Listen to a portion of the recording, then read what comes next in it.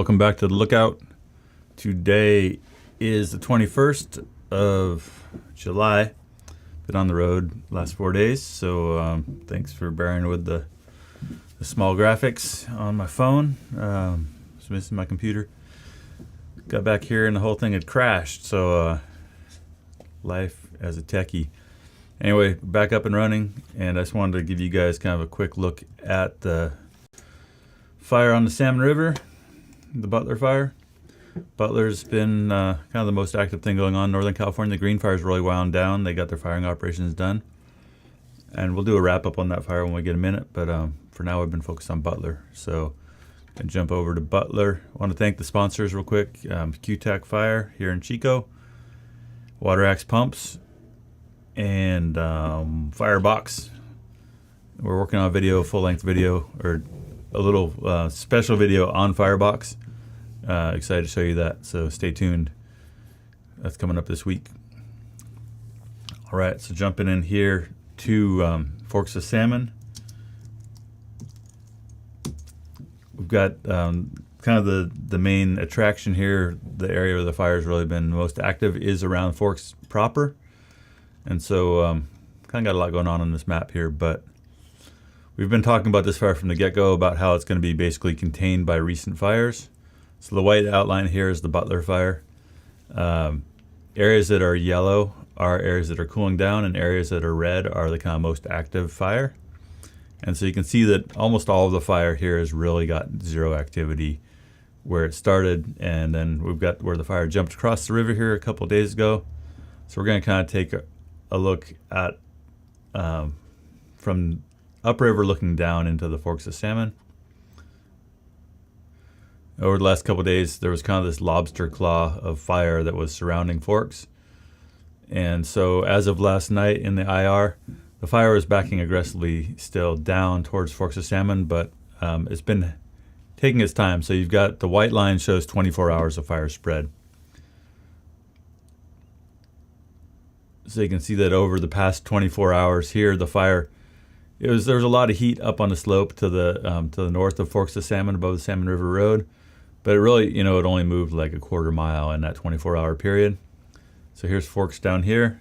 Here's Sawyer's Bar Road, and the fire had back down to Sawyer's Bar Road, about half mile upriver from Forks of Salmon. As of last night, it was actively backing still towards the Sawyer's Bar Road.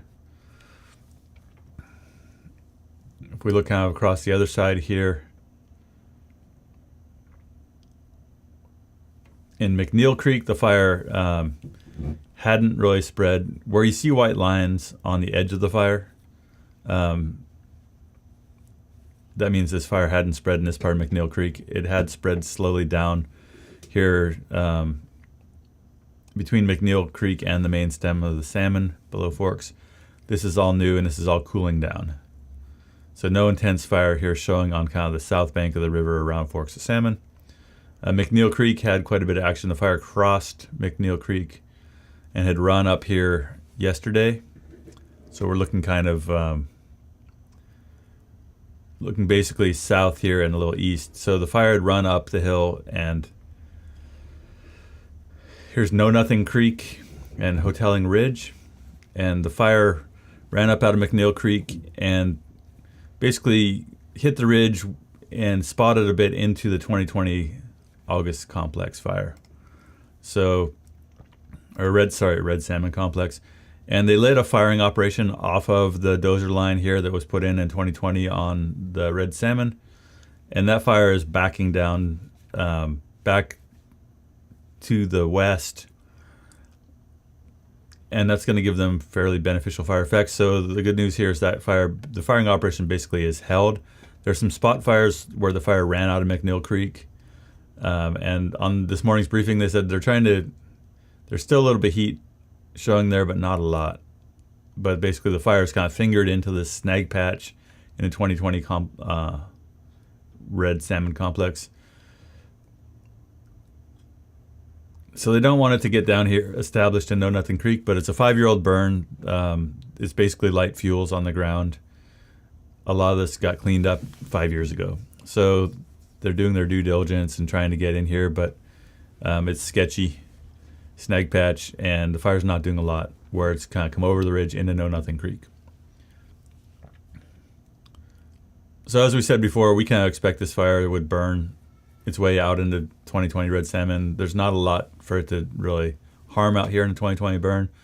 So the fire is staying active in that 2013 green area. That's the Butler Fire. The blue here is fires that have happened since 2020. So coming around here to the kind of northeast of Forks of Salmon, the fire yesterday was active out here in Pollock Gulch, and now it's kind of crossed the ridge into Murderer's Gulch. Not a lot of heat out in here. This is cooling down. There's some kind of concentrated heat out here, but this is now burning into the 2021 river complex. This area up here is 2013 salmon complex. So there's a lot of fire history now that's slowing this fire, and we don't expect this fire. Like, they're looking at putting a line down this ridge here. With the cooler, milder weather, the fire's not going to spread super rapidly in these areas that have burned twice in the last 12 years. But still, there's kind of this,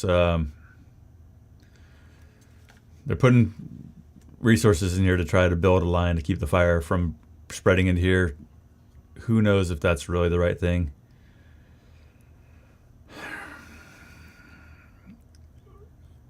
The fire here on the Crapo Creek side hasn't spread a lot. If you look at the white line here, there's not a lot of new growth, but there are these little patches of red where the fire has spread here over the line, which is kind of between Yellow Jacket Ridge and Forks of Salmon. This is really tough, and this area here is where the 3 people got hit by a tree, one of them critically injured, 2 medevaced. And so it just kind of underscores the risks of engaging firefighters in these kind of previously burned areas. Up here is the Jacket Fire, so they fought super hard to keep the fires to a small size at the beginning of July. They put that fire out. And so there's fire line up on this ridge that was put in during Jacket, but a lot of that is in the middle of this area that is now burned. So this is kind of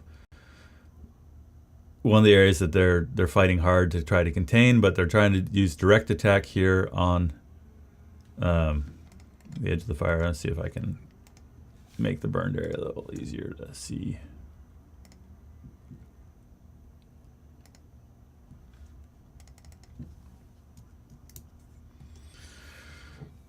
So this red is the area where the fire is now burned on this side of the river. It hasn't spread a lot on this edge, but these areas are active, and that's they've got a bunch of hand crews. They're trying to get in, but as we know, it's really difficult to fight fire directly on these incredibly steep slopes, especially in areas that have burned before. And I know this is a lot to kind of stay oriented in. A lot of this is kind of intended for folks that live here, that know the geography. I know that it's kind of a wild ride to try to fly along with me here as I make my way around the fire. There was a new spot fire yesterday that got across the river at Trip Point. So if we look at, here's Butler Flat, upriver from that, here's Trip Point. Fire got across the river yesterday afternoon. They got crews on it. They got, I think, 4 hand crews on it. They rafted them across, got them up there. There's a line all the way around this fire now. And according to the reports that look good this morning, we'll see what happens when it gets afternoon winds on it. So they're still dealing with some rollout and spotting on this flank of the fire that, you know, people thought was pretty dead.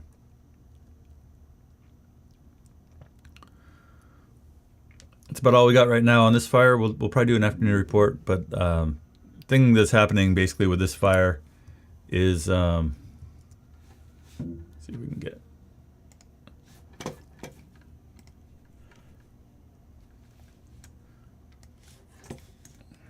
There's my Gmail. The smoke packs in here.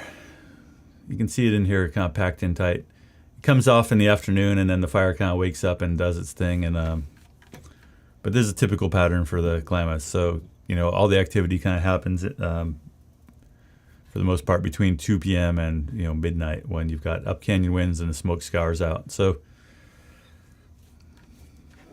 someone's saying, what about Butte County?